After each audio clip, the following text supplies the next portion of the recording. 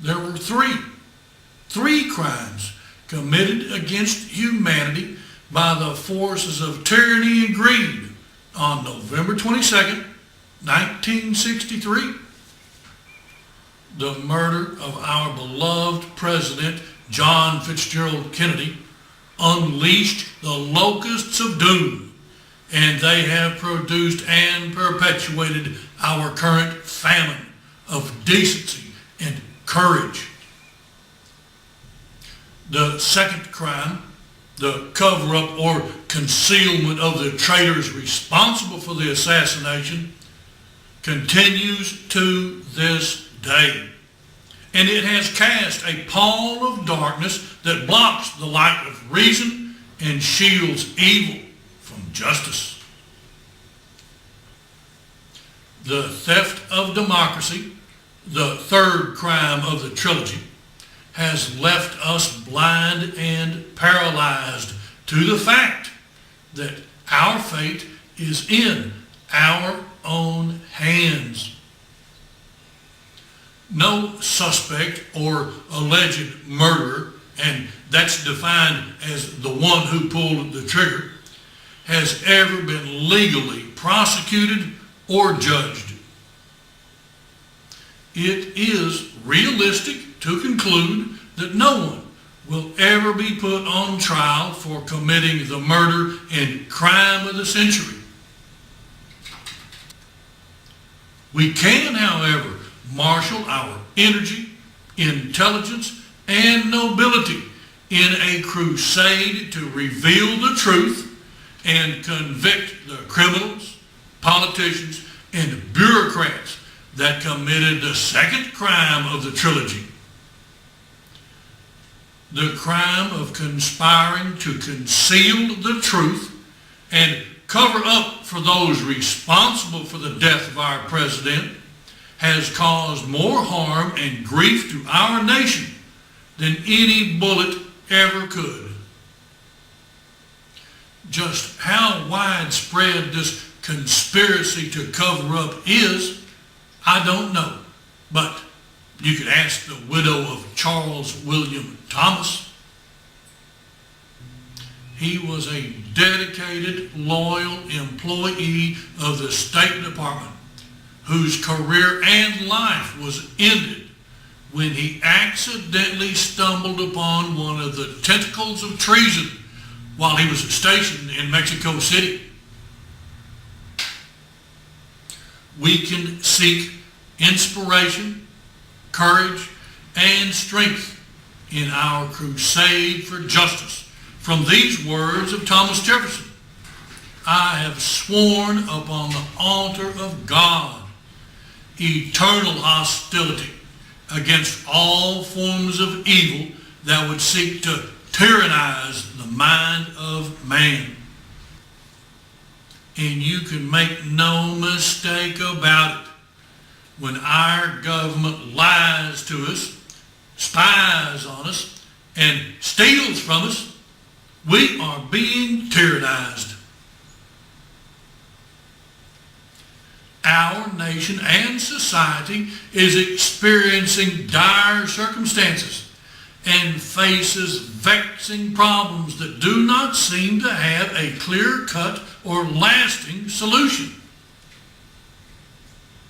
There are numerous legal illusions, bureaucratic patches, and public posturing that our political cartels or parties claim to have the ability and power to fix things without discovering and facing the origin or epicenter of our calamities. None of these political pranks or propaganda can accurately target or impact our problems or issues. In other words, if our politicians and leaders cannot even tell us how we got here, how in the world can they claim to know how to get us out of here? We cannot learn our lessons from history, make wise choices and decisions, or ensure the future for our children without the complete, whole, unvarnished truth. Maybe it is because we have been enmeshed in the cover-up for so long that we can't even recognize the increasing cadence or escalating size of the rogue waves of tyranny and injustice that continually punish us. For just so long as we allow the cover-up or concealment of the truth to continue, so shall we endure ever-expanding and compounding levels of misery in our daily lives and the degradation of moral principles. Another obstacle to abolishing the cover-up of the assassination of JFK is our ignorance of the facts and the blockading of the truth by our government.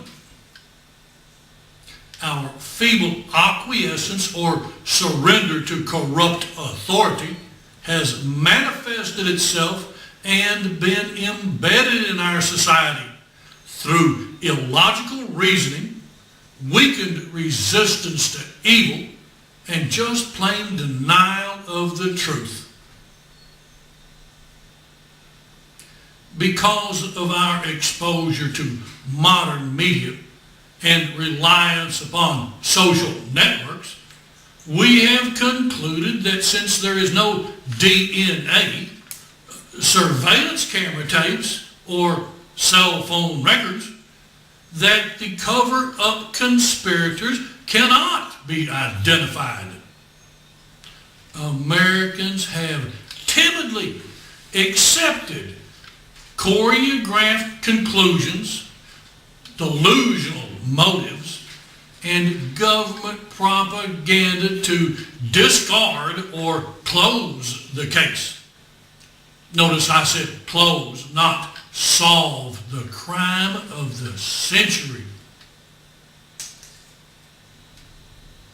In other words, we need to focus on and solve the cover-up, not the crime.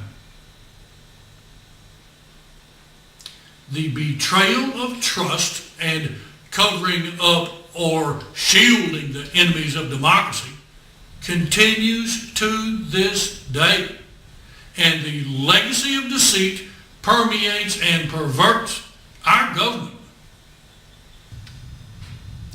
The underpinnings or foundation of our society that is based on justice, equality, and freedom for all have been devoured by the termites of evil, greed, and denial. When our laws, leaders, and even the army cannot protect the life and legacy of our president, then none of us can be safe from tyranny or terror. The crime of covering up the identities of a few powerful, treacherous enemies of democracy was committed and continues in full view of the public, and every generation since has been a silent, suffering witness. There are innumerable archives and testimony documenting atrocious acts, seen and unseen, that have been woven together to create a tapestry of treason at the highest levels of power and government. When the unelected president conceals the truth by locking up all documents, evidence, and testimony, when a future president functions as a mold for the FBI. When the Supreme Court Justice is so convinced he has been played that he writes a letter explaining and excusing his actions, it is only natural and normal that we as intelligent, honest citizens have suspicions and convictions that we are the victims of a long-running conspiracy and that justice is long overdue. A conspiracy to cover up has been investigated, documented, and proven.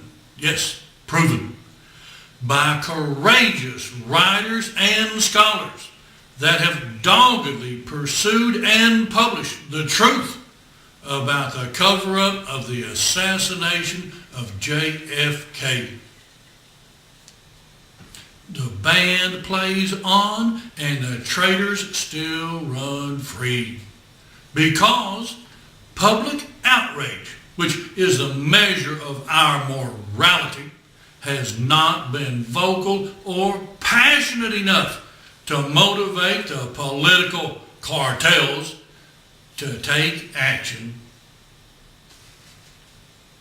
Until our political parties are forced to, or better yet, replaced, our government will not publicly acknowledge that rogue agencies and politicians were accomplices to the cover-up of the murder of JFK. No legal measures or prosecution to enforce justice is being contemplated or planned because the powerful traitors and tyrants are still considered too big to fail. The code of conduct in Washington is cover it up and carry on. And that attitude allows greed to rule our country. And it does not contain a chapter for the punishment of tyrants or traitors. Not until the will of the people utilizes the infinite power of truth and words, guts, and reason to demand that justice rule our country, then evil will continue to shackle our freedom and bankrupt us. The revelations accompanying exposure of the facts will be so toxically shocking to your soul that the conclusion of conspiracy will be unassailably apparent and undeniable by anyone who draws a free breath.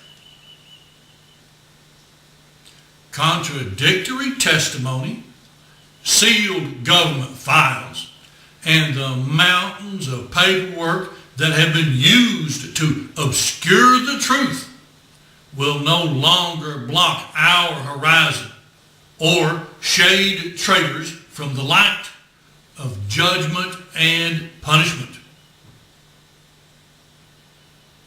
The mass of human effort that has been expended to lie and distort will coalesce, collapse, and condense to provide divine fuel for a fire of justice that will light the path of righteousness and provide salvation for this nation. Those who are living today were not involved in committing the assassination of JFK. We are, however, implicated by our silence and complacency. The path and power to fulfill a sacred responsibility to our forefathers and children has been providently provided to us, and we cannot delay or waver in the fight to save our free society. Before we pass from the face of this earth, my generation must grasp the sword of justice, shield ourselves with the truth, and shoulder the burden of judgment that history will bestow upon us if we fail to fight for our freedom and our children's future.